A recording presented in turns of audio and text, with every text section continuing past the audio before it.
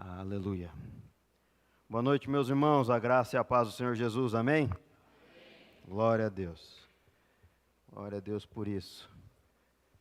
E vamos fechando a semana com chave de ouro, né? Como que eu queria estar junto com o pastor lá em Campinas, né? Nós tivemos ano passado lá no Escola de Profetas, e é algo realmente sobrenatural, né? Eu creio que os dois, tanto o pastor quanto o Rildo, vieram cheio do fogo, né? Fogo puro, daqui a pouco vai estar correndo no meio de nós aí, liberando labaredas de fogo para as nossas vidas. É muito bom voltar de um lugar desse, você volta cheio, renovado, né? Sem contar as direções que Deus dá num lugar desse. Um mover profético muito grande, né? E a princípio eu iria com a minha esposa, acabou não dando certo para a gente estar junto com eles. E aí me lembraram que na sexta-feira eu tinha o encerramento de uma campanha, numa campanha missionária da Assembleia de Deus, lá em Caraíma. O pastor veio lá do interior de Minas Gerais, e ele falou: irmão, você é tudo certo para amanhã? Graças a Deus que eu não estava com o pastor lá. A unção do pastor Giovanni está passando para mim também, irmãos. Tem que ficar me avisando. Não, é que esses dias anda muito corrido, né? Voltei correndo para casa, cheio de serviço lá no meu trabalho, na fazenda. Cheguei em casa, tinha pastor tomando café, né? Pastor lá, o Anderson estava lá de Foz do Iguaçu tomando café em casa, minha sogra, cunhada e alguns irmãos da igreja, né? Aí eu olhei para o irmão e falei: olha, estou indo pregar lá em Caraíma e eu vou voltar de noite e você vai comigo agora. Está aqui o Robson, né? Subi, tomei um banho, coloquei um terno, pensando assim, minha esposa: amor, acho que eu vou de camisa e calça jeans, né? Ela falou: não, acho que é bom você colocar um terno, você vai na assembleia, né? Falei: puxa vida, né? Então vai lá o PCzão, colocar um terno correndo. Faz tempo que eu não faço jantar da Donep, que geralmente é na Donep que a gente usa o terno, né? E aí eu não entendia por que a calça estava um pouco apertada, pastor, né? Saí correndo, eu e o Robson lá para Icaraíma. E aí quando eu fui colocar meu paletó para entrar no ambiente lá onde estava sendo o mover espiritual, lá onde estava sendo o ponto de culto, coloquei o paletó e o paletó não entrava. Graças a Deus que o Robson olhou e falou: irmão, ninguém está de paletó lá não. Foi graças a Deus, a hora que eu olhei, foi: puxa vida, esse é um dos paletó quando eu tinha 20 e poucos anos. Né? Glória a Deus por isso, pastor. E ali eu entreguei uma palavra, foi totalmente modificada, eu estava preparado para outra coisa. E ali eu comecei a entregar algo a respeito de religiosidade, né? Onde roupas, adornos, ou pregar usando a Bíblia no celular, isso não vai mudar a tua salvação. Placa de igreja não salva ninguém. Quem salva é Jesus Cristo. Porque Deus quer conhecer dentro, o interior do teu coração. Como são as suas atitudes, que maneira que você pensa, como que você anda. É nisso que o Senhor está preocupado. Ele não está preocupado com aquilo que você está vestindo ou aquilo que você está usando, mas qual que é a intenção do teu coração. E logo depressa entreguei uma palavra e foi algo muito gostoso que Deus fez naquela noite. Mas daí a agenda começou a ficar cheia, minha cunhada sabia que eu estava por aqui, vamos pregar em Francisco Alves, né? Trabalho difícil, cheguei lá, o louvor já estava na metade, pastor. E interessante que você me falou um negócio quando eu chegava aqui: ó, agora está vindo um preletor lá da onde você falou? Lá da Austrália, né? Por causa da roupa, né? E subi naquele púlpito, a hora que eu olhei, no momento do final do louvor, eu olhei para o lado, meu cunhado de bota e um canivete no bolso, né? Pensa num pastor que anda com canivete, veterinário, e bota nos pés, né? Você vê que a salvação independe das suas vestes, né? E foi algo interessante. Eu com uma camisa parecendo de pescador e ele com bota. E lá foi algo sobrenatural, sabe? 3 vidas vieram para Jesus. Então a gente não entende as nossas dificuldades. O que a gente tem que ter entendimento é que nós devemos estar preparados para tudo em todo o tempo, né? E quando eu pedi para o Senhor uma mensagem para hoje à noite, eu até fico na expectativa. Às vezes o Gil fala: qual que é o tema da tua mensagem? Eu não sei, né? Eu falo: vamos ver o que Deus vai falar. E o Senhor ministrou muito a respeito de algumas coisas, né? Às vezes a gente ora, e as coisas não acontecem para nós. Quem já viveu esse momento? Né? Várias vezes. A gente pede tanto uma coisa e aquilo não acontece. Mas aqui eu queria que o Espírito Santo viesse ministrar nos corações o que nós devemos fazer. Né? O que está acontecendo? Por que minha oração não é respondida? E eu gostaria de convidar você a abrir a sua Bíblia em Mateus capítulo 7, versículo 7.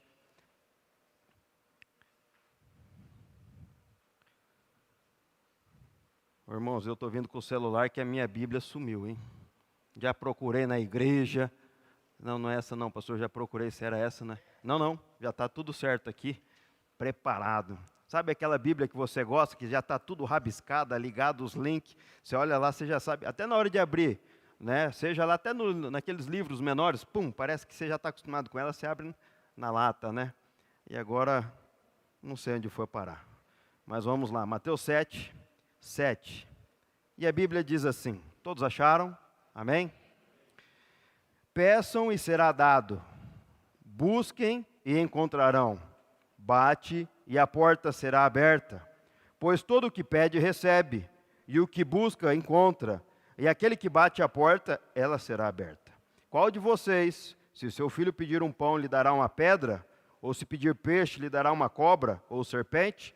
Se vocês, apesar de serem maus, sabem dar coisas boas aos seus filhos, quanto mais o Pai de vocês, que está nos céus, dará coisas boas ao que lhes pedirem. Assim, em tudo façam aos outros o que vocês queiram que eles lhe façam a vocês, pois esta é a lei e os profetas.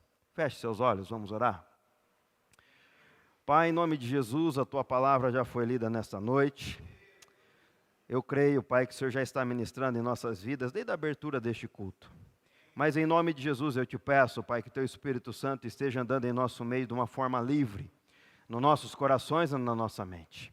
Pai, toda força contrária, agora, em nome de Jesus, eu repreendo no mundo espiritual todo impedimento, toda ação maligna, em nome de Jesus, seja neutralizado agora.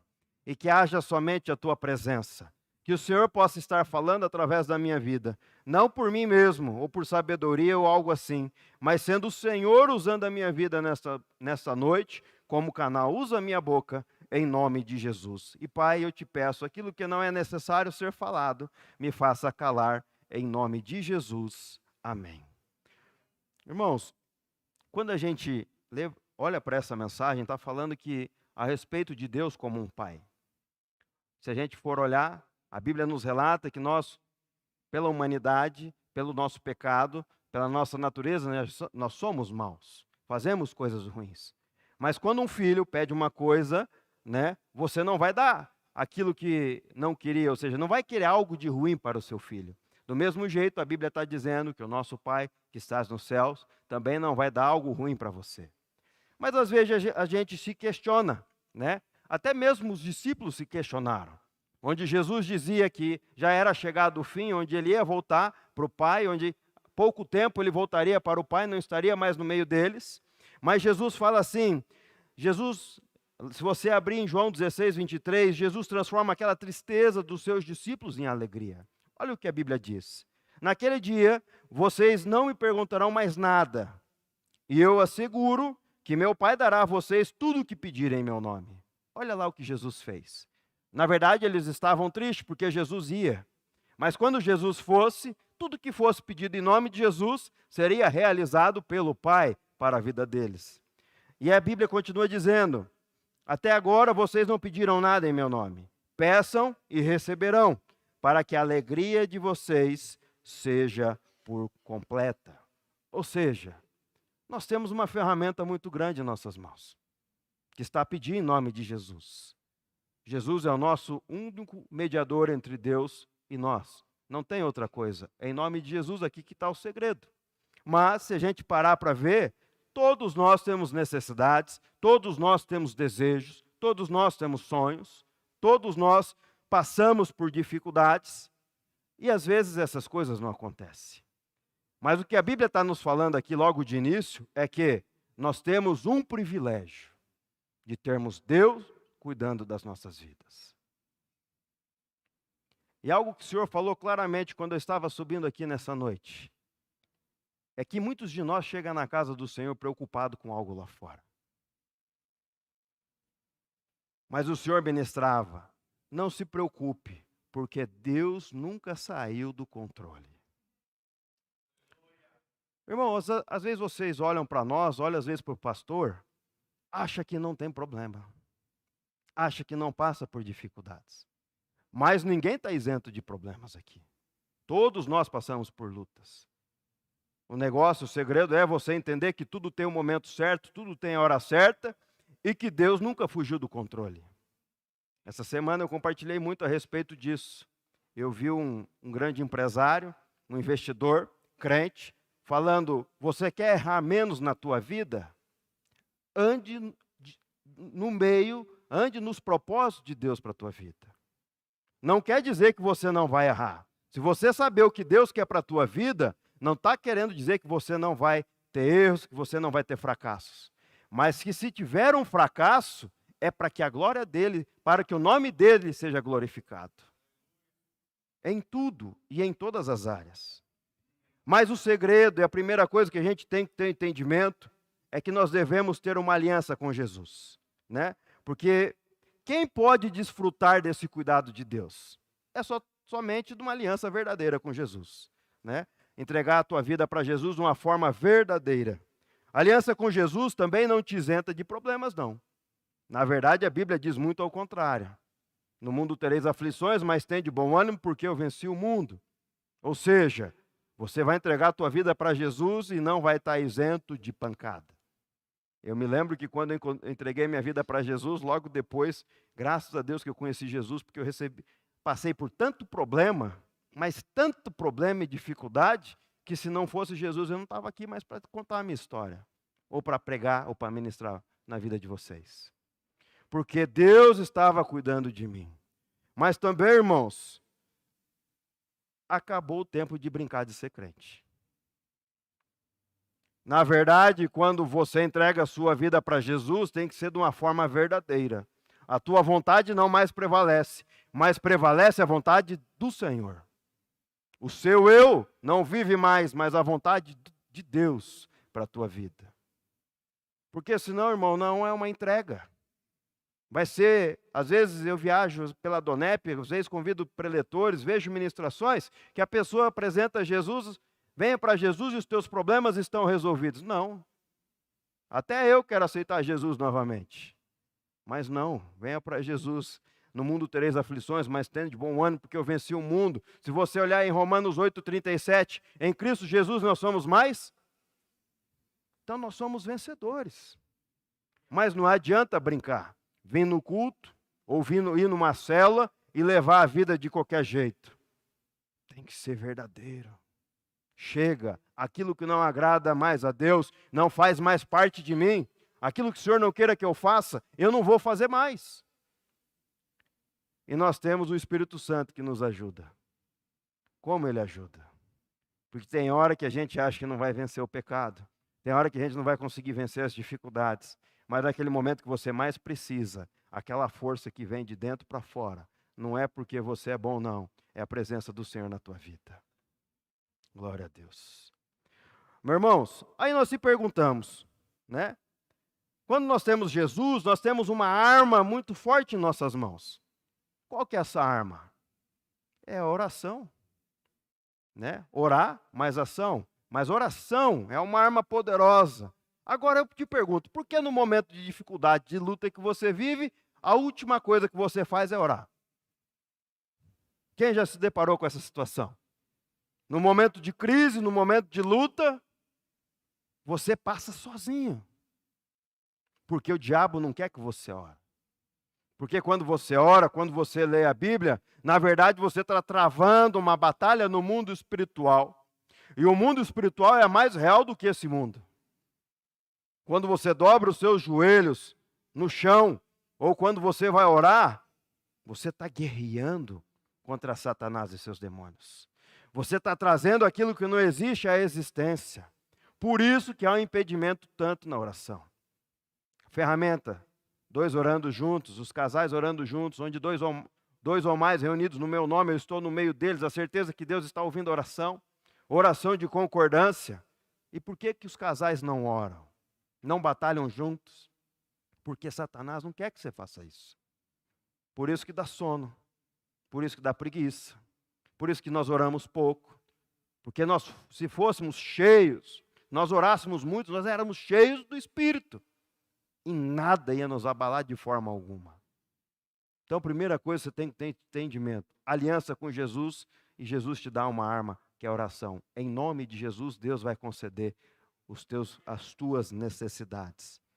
Mas chega o momento, irmãos, que a gente se questiona, será que Deus está me ouvindo? Às vezes nós passamos por tanta luta, às vezes oramos e as coisas continuam do mesmo jeito. Será que realmente isso traz até a existência, coloca em pauta a existência de Deus? Será que Deus existe mesmo? Né? O que eu fiz? Será que eu estou sofrendo tanto porque eu cometi algum pecado? Será que é consequência daquilo que eu fiz? Quem já passou por isso alguma vez? Você já passou isso pela tua cabeça? Será que hoje eu estou pagando porque eu cometi um pecado lá atrás? O que está acontecendo? Meu irmão, nós só crescemos na vida cristã com Cristo através de experiências com Deus. Às vezes você está passando um momento de luta hoje, que você não sabe como resolver, você acha que às vezes não tem solução, é aí que Deus vai entrar na tua vida. Porque Ele quer que você tenha experiências. E não tem conversão mais genuína que essa, onde você vem para Jesus no fogo, no meio da guerra, no meio da batalha, porque você vai ter experiências sobrenaturais com o Senhor. Meu irmão, o Evangelho é isso. Você tem que ter experiências com Deus, mas para você ter experiência somente no meio da prova, porque se você não ter prova, irmão, você se acomoda. Se você não está passando por meio de uma dificuldade, seja qualquer uma delas, você não vem mais na igreja, você deixa de ler a Bíblia, você deixa assim mesmo, aí que você deixa de orar. Imagina se você tivesse uma vida só de uma vida tranquila, como que seria a sua relação com o Senhor? Vamos ser sinceros. Paulo tinha o quê? Tinha um espinho na carne. Por quê? Isso trazia ele cada vez mais na presença do Senhor. Ele precisava do Senhor para conseguir suportar. Então, meus irmãos, nós vivemos um evangelho de experiências com Deus diariamente. O problema nunca vai acabar. Sempre vai pular de um para o outro, para que você tenha experiências com o Senhor. Aleluia. Para que você possa ter um crescimento espiritual.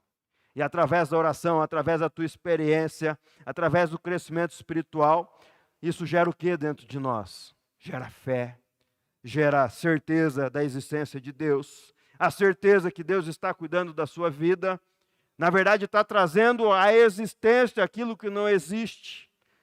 A Bíblia diz que em Hebreus 11:1, a fé é a certeza daquilo que esperamos e a prova das coisas que não vemos. Você esperar algo que você não consegue ver e você ter certeza que aquilo vai acontecer. Aleluia. Glória a Deus. Meus irmãos, mas existem alguns motivos. E aqui que eu quero que você pare para prestar atenção. Existem alguns motivos que as orações que as coisas não aconteçam nas nossas vidas. Porque não há resposta de oração. E a primeira delas está na ingratidão. Quando eu lembro daquela passagem em Lucas 17, a cura dos 10 leprosos, onde Jesus curou aquele povo e somente um voltou para agradecer. Uma vez um pastor falou para mim assim: quando Deus falar com você, ou quando Deus operar um milagre na tua vida, anote na tua Bíblia. Porque o homem esquece facilmente daquilo que Deus falou e daquilo que Deus fez. É falha humana, meu irmão. A gente tem facilidade de esquecer. Às vezes nós sofremos tanto com algo hoje, mas se esquecemos de onde Deus nos tirou lá atrás. Para prestar atenção de onde Deus já tirou você. Do lamaçal do pecado, de uma vida toda arrebentada, destruída. E hoje você está passando por um momento de dificuldade, às vezes fica questionando: Deus, cadê você? Seja grato. Grato a Deus por tudo que Ele fez. Será que, eu te pergunto, você tem sido grato a Deus? Será que você tributa tudo? Obrigado, Senhor. É interessante quando as pessoas perguntam: está tudo bem? Né? Às vezes a minha vida pode estar um caos, mas está tudo bem, graças a Deus. Porque Deus, a meu entendimento, é que Deus nunca saiu do controle. Mas é cada vez mais que eu passo por lutas e por dificuldades, é para exercitar a minha fé, meu tempo de intimidade com Deus, meu tempo de oração, meu tempo de busca na palavra, de experiências com o Senhor.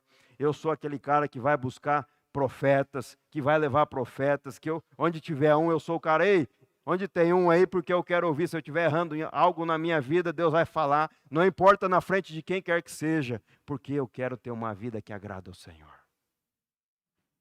Aí, meus irmãos, nós temos que ter uma vida de gratidão. Porque a primeira característica da ingratidão é a cegueira. Você não consegue mais enxergar as coisas, o mundo, aquilo que Deus pode fazer, aquilo que Deus fez, aquilo que as pessoas já fizeram para você. Isso aqui é algo muito interessante, não era para eu estar falando isso. Meu irmão, às vezes você ajudou tanto uma pessoa, e essa pessoa, quando você já ajudou, ela está preparada, ela se afastou de você e muitas vezes taca a pedra sobre você. Meu irmão, a Bíblia diz que nós devemos ter amor e fazer para as pessoas sem esperar algo em troca. Porque a recompensa vem no tempo certo e a recompensa vem do Senhor. Não espere gratidão das pessoas, mas espere, sempre seja grato a Deus e sempre esteja pronto a ajudar, porque a recompensa vem lá do alto. Aleluia. Então a primeira característica da ingratidão é a cegueira. A pessoa ingrata não consegue perceber aquilo que recebe de bom e só vê coisas ruins na sua vida. Às vezes você não consegue perceber, só de você acordar de manhã, ter um café da manhã, ter uma família, ter um casamento, ter filhos, você só foca no seu problema e esquece daquilo que Deus já tem feito. Tantas coisas maravilhosas e você fica só pensando no teu problema. Você pode receber um grande benefício, algo grande, e não enxergar, porque você vê um pequeno defeito ou erro e julga tudo é mal, e aquilo que as coisas boas caem por terra. Meu irmão, eu me lembro algumas vezes que eu ajudei uma pessoa, sempre ajudava essa pessoa, e no momento que eu não pude ajudar, que eu neguei, falei, olha, agora eu não posso, quando você precisava de mim, você me ajudava. Isso é uma forma de ingratidão. Mas aí eu tive o entendimento que eu tinha que fazer sem esperar algo em troca. Se você abençoa esse ministério, se você abençoa o pastor, se uma hora alguém virar as costas para você, você não está fazendo para ele ou para alguém, mas você está fazendo para o Senhor. Não espere recompensa de ninguém, somente do Senhor. Mas quando a gente olha para cá, você ajudando pessoas e você não conseguindo ver, tendo uma vida ingrata, a gente tem que lembrar que Jesus Cristo já morreu por nós. Nós já éramos para estar condenado eternamente. Mas Jesus morreu, derramou o seu sangue, fez sacrifício, morreu por morte de cruz, para as nossas vidas para quê? Para nos darmos a oportunidade de sermos perdoados, regenerados, salvos, viver no céu, eternidade. Só isso já é momento de alegria. Olha esse tempo quente lá fora. O inferno vai ser muito pior. Glória a Deus que o Senhor nos deu uma segunda oportunidade. Glória a Deus por isso. Aleluia. Deus, às vezes, não responde a nossas orações e nós começamos a murmurar. Isso é ingratidão.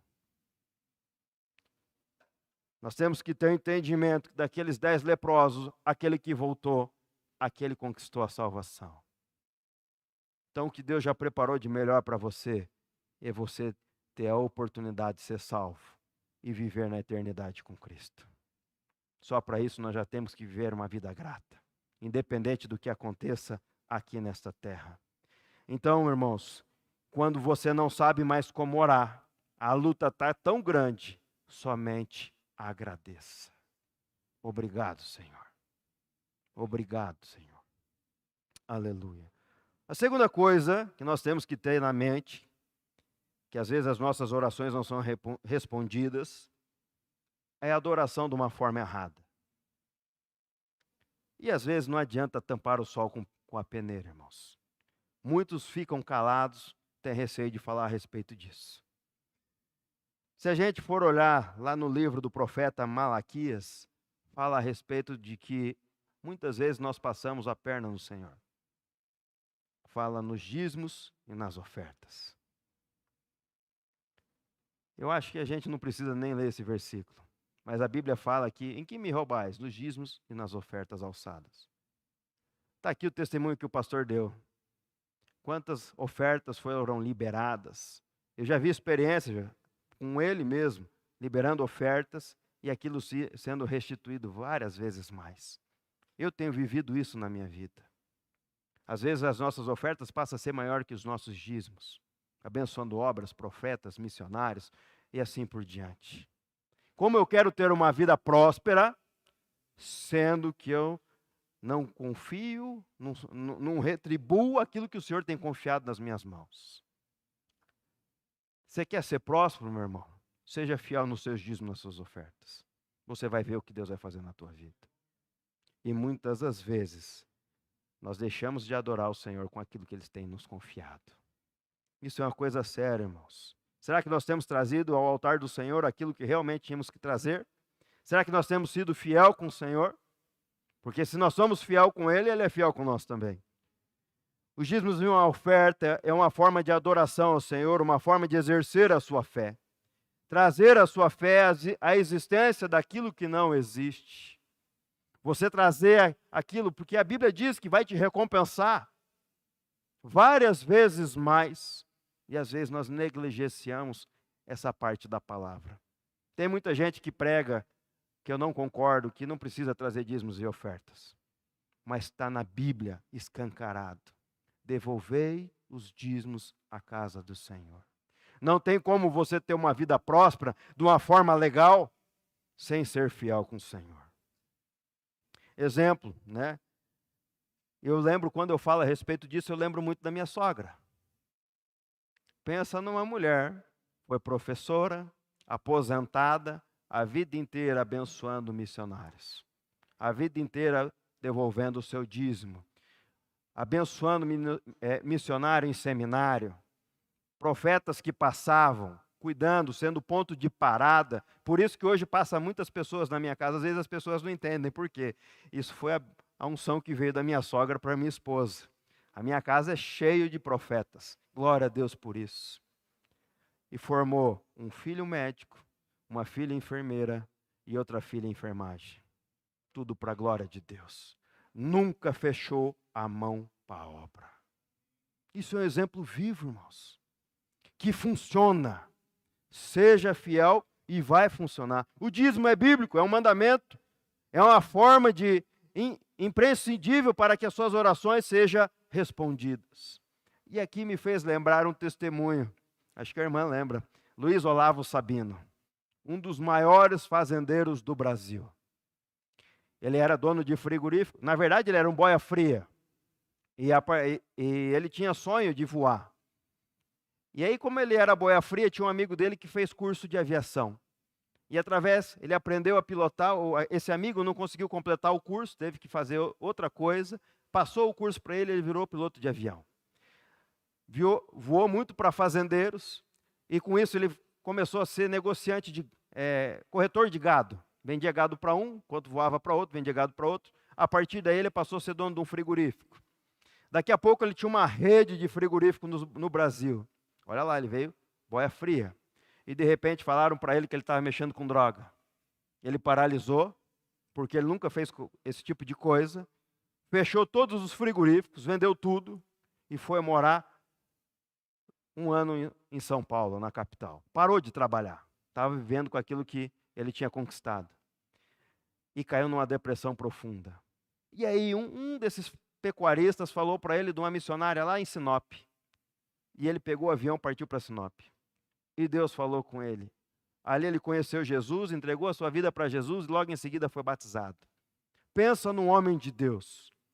E Deus começou a restaurar os negócios dele. Comprou frigoríficos, fazendas. Hoje ele é dono das maiores fazendas do Brasil.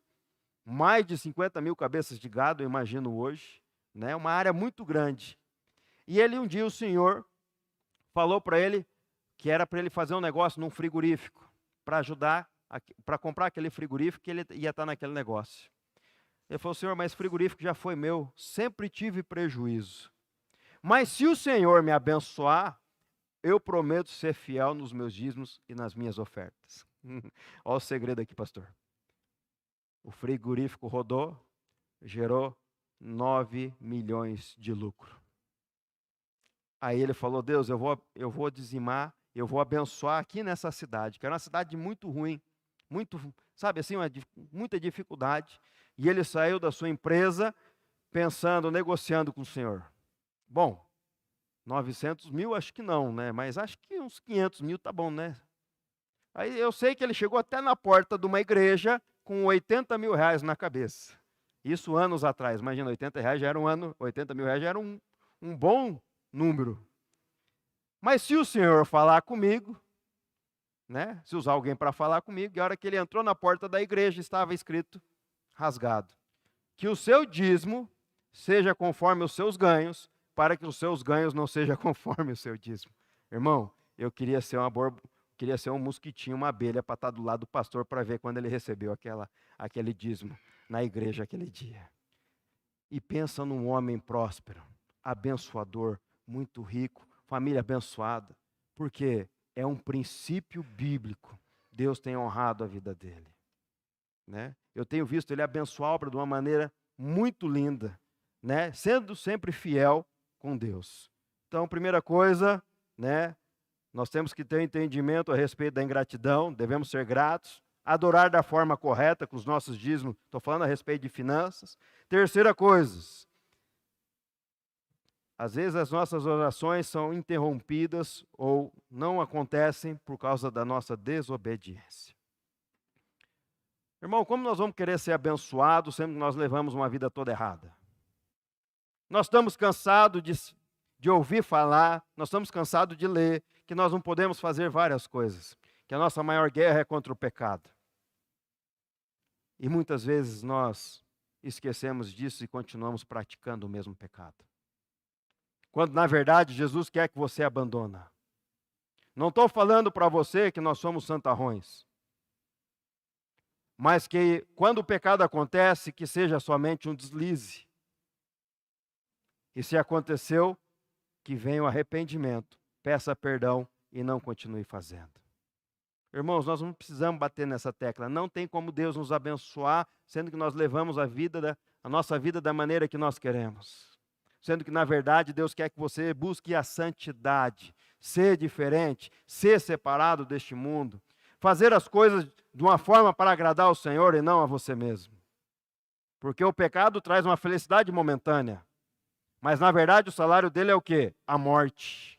O salário do pecado é a morte. Pode trazer uma felicidade em momentos curtos, mas, na verdade, ele traz morte, destruição, morte espiritual e morte eterna. Não tem como você esperar algo de Deus, sendo que você não quer compromisso com Ele. Então, é incoerente Deus nos abençoar, sendo que nós queremos levar a nossa vida do jeito que a gente quer. Eu lembro uma certa vez, numa célula, de um outro ministério que eu fazia parte, uma irmã me pediu oração para comprar uma casa, porque ela iria morar com o seu, vamos falar assim, seu namorado, ia morar junto, mas que não iria casar porque não sairia o recurso do banco para comprar a casa. Falei, irmã, está fazendo tudo errado. Primeiro você tem que casar, depois você vê como vai comprar uma casa. Mas casar no papel, casar perante Deus, fazer a coisa certa. Orar se é de Deus para a tua vida mesmo. Não dessa maneira tudo rápido. E ali nós oramos, eu orei, a minha oração foi bem incisiva. Senhor, não permita que ela venha fazer nada errado, mas que venha fazer da maneira certa. Não ouviu, se afastou, começou a não ir mais na célula, comprou a casa, morou amigada, não durou nada. Pronto, está até hoje brigando na justiça, porque o rapaz quer a parte da casa dele. Não tem como o Senhor abençoar, sendo que a gente leva a vida de uma forma errada. Vamos levar a nossa vida do jeito certo. Se nós somos cristãos, se nós somos crentes, temos uma aliança com Jesus, vamos procurar obedecer aquilo que Deus quer que nós façamos. Aleluia. Porque a Bíblia diz assim, se quiserdes e ouvirdes, se a gente querer mudança, se a gente ouvir o que Deus quer, a Bíblia nos garante que comeríamos o melhor desta terra. Está na Bíblia. Mas é o quê? Se quiser, ouvir significa entender e seguir, e nós seríamos abençoados. Mas isso exige de mim, de você, uma atitude. Guerra contra o pecado, guerra contra as ciladas de Satanás. Quarta coisa que impede a oração, as nossas orações sejam respondidas, é as motivações erradas. Muitas vezes, irmãos, nós pedimos alguma coisa, mas a motivação do nosso coração não é para a glória de Deus, mas é para a glória humana. E a Bíblia nos fala a respeito disso. Tiago 4,3 diz assim: pede e não recebeis, porque pedis mal, para o gastardes em vossos deleites. Ou seja, é para o teu coração, é para a tua glória, é para o teu ego, e não para a glória de Deus. Aí Deus não vai abrir as portas, é claro, né? A gente pede e não recebe, Deus deixa de responder as nossas orações, porque nós pedimos os prazeres da nossa carne. Nós pedimos coisas para a nossa honra, poder, riquezas, para a glória humana. E isso está errado, sendo que nós temos que ter entendimento que as coisas são para a glória de Deus. Tudo nas nossas vidas não é para a nossa glória, não, mas para a glória de Deus. Aleluia. Aí eu te pergunto, o que você tem pedido tanto para Deus, é para a sua glória ou para a glória de Deus? Seja um carro novo, seja bens, casas, seja prosperidade, finanças, riquezas. Para que você está pedindo? Você está pedindo um casamento que é para você ser feliz ou é para fazer o outro feliz? É para a tua vontade, para a tua glória, ou para exercer o papel do amor que é para fazer a glória de Deus?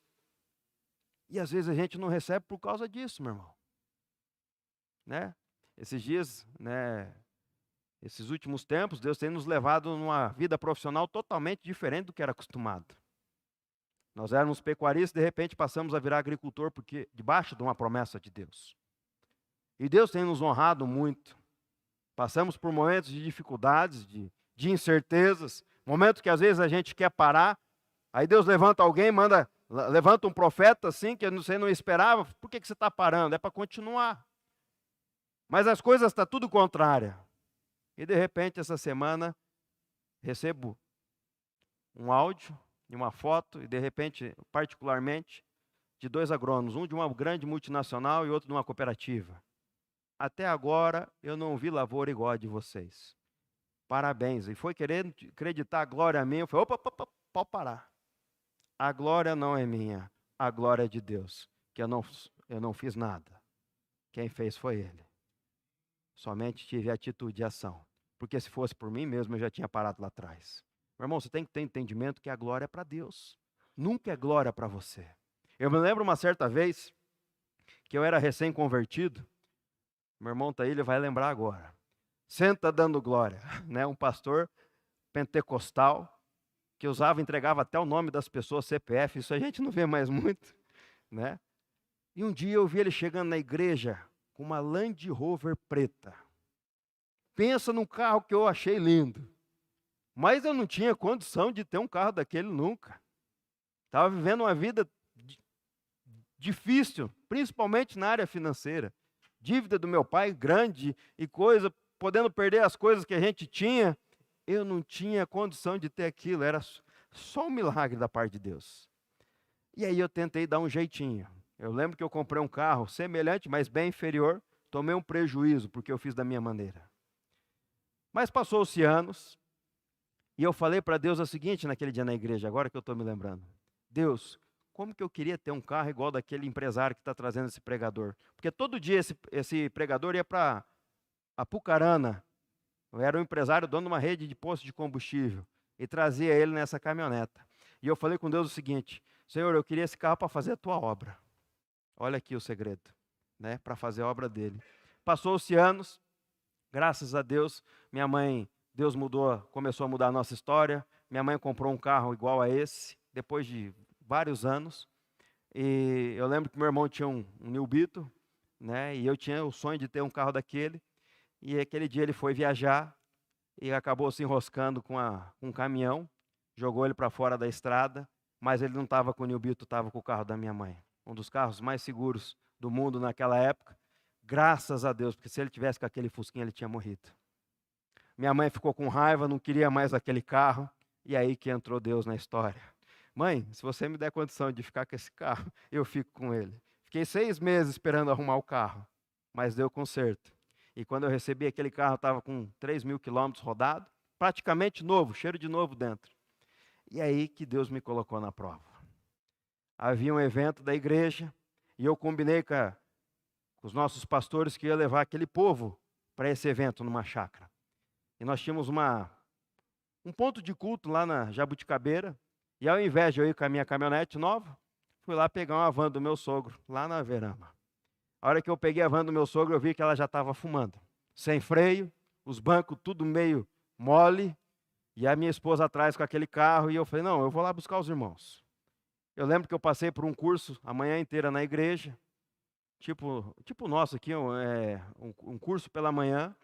Cheguei atrasado lá na Jabuticabeira, os irmãos já estavam com raiva de mim, a hora que viu aquela van velha caindo aos pedaços. Falei, irmãos, não fica triste não, vamos entrar, vai ser bênção. Colocando os irmãos dentro daquela van, eu andei 2 quadras. Aquele carro fundiu nas minhas mãos. E eu baixei a cabeça, a maioria dos irmãos foram embora, metade dos irmãos foram embora. Falei, Senhor, o que o Senhor quer me mostrar com isso? Olhei para a caminhoneta, ele falou nitidamente comigo, você não pediu esse carro para fazer a minha obra? Porque você está colocando o meu povo no resto.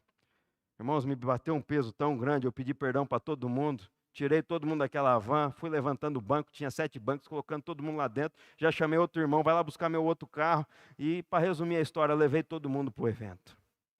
E aquele carro rodou mais de 100.000 quilômetros, muitas vezes levando pastores, profetas, irmãos para encontros com Deus. Os meus carros todos trabalhavam para a obra. Aqui que está a motivação do coração. E quando a gente pede para alguma coisa, Deus nos coloca à prova. Tudo para a glória dele. As coisas você tem que ter entendimento. Se Deus te deu coisas, não é para você. É para ser usado para a glória dele. Faça isso, experimente isso. Como que você vai ver como que a tua vida vai mudar. Aleluia. E uma das coisas, irmãos, que também nós estamos cansados de saber é a respeito da falta de perdão. A Bíblia diz em Marcos 11, 25, e quando estiverdes orando, perdoai, se tendes alguma coisa contra alguém, para que o vosso Pai que estás nos céus vos perdoe as vossas ofensas. Mas, se vós não perdoardes, também o vosso Pai que estás nos céus não vos perdoará as suas ofensas. Muitas vezes, irmãos, a falta de perdão impede aquilo que Deus queira fazer nas nossas vidas. Às vezes a gente acha que não tem nada a ver, mas às vezes você não está recebendo a tua bênção que está preparada no mundo espiritual hoje, porque você ainda tem alguma coisa para liberar. Às vezes você acha que não tem problema nenhum. Mas, meu irmão, nosso coração tem que ser limpo. Nós não temos que passar para o outro lado da rua por nada, porque está vindo uma pessoa na tua direção. Mas se há alguma coisa com alguém, que você possa sair daqui nessa noite, pedir direção de Deus e liberar esse perdão. A falta de perdão é igual você carregar uma mochila cheia de pedras. O peso fica nas tuas costas. Agora, independente se você foi ofendido ou se você foi ofensor, peça perdão e tira esse peso das tuas costas. Esse peso não te pertence mais, porque Jesus já pagou o preço por isso. Agora, se o outro não quiser te perdoar, meu irmão, problema é dele com o Senhor. Mas tira esse peso das tuas costas. Porque às vezes você não recebeu aquilo que você queira receber, aquilo que Deus quer dar para a tua vida, porque você tem ainda algo dentro do teu coração contra alguma pessoa. Irmãos, eu quero frisar para vocês, para que as nossas orações sejam respondidas, é necessário gratidão, fidelidade com aquilo que Deus confiou nas nossas mãos, obediência, pedir de uma forma correta e perdoar. Porque quando Deus quer fazer, a Bíblia nos garante em Efésios 3:20, aquele que é capaz de fazer infinitamente mais de tudo o que pedimos ou pensamos, de acordo com o seu poder que atua em nós. A Ele seja a glória na igreja, em Cristo Jesus, por todas as gerações. O que está querendo dizer? Quando você pede alguma coisa, você está alinhado com a vontade de Deus, com os motivos certos, fiel, grato, perdoador, Deus faz infinitamente mais daquilo que você pediu ou pensou. E eu sou a prova viva disso. Quando Deus abençoa, Deus faz muito mais do que eu queria. Vamos ficar de pé? Eu quero orar pela sua vida. Quem está saindo abençoado daqui esta noite? Meu irmão, se em um dos momentos o Senhor ministrou no teu coração a respeito de algo que precisa ser mudado, não tarde a mudar. Não perca tempo. Às vezes a tua bênção já está preparada no mundo espiritual. Está tudo liberado. Falta uma atitude tua de mudança. Decida mudar. Decida fazer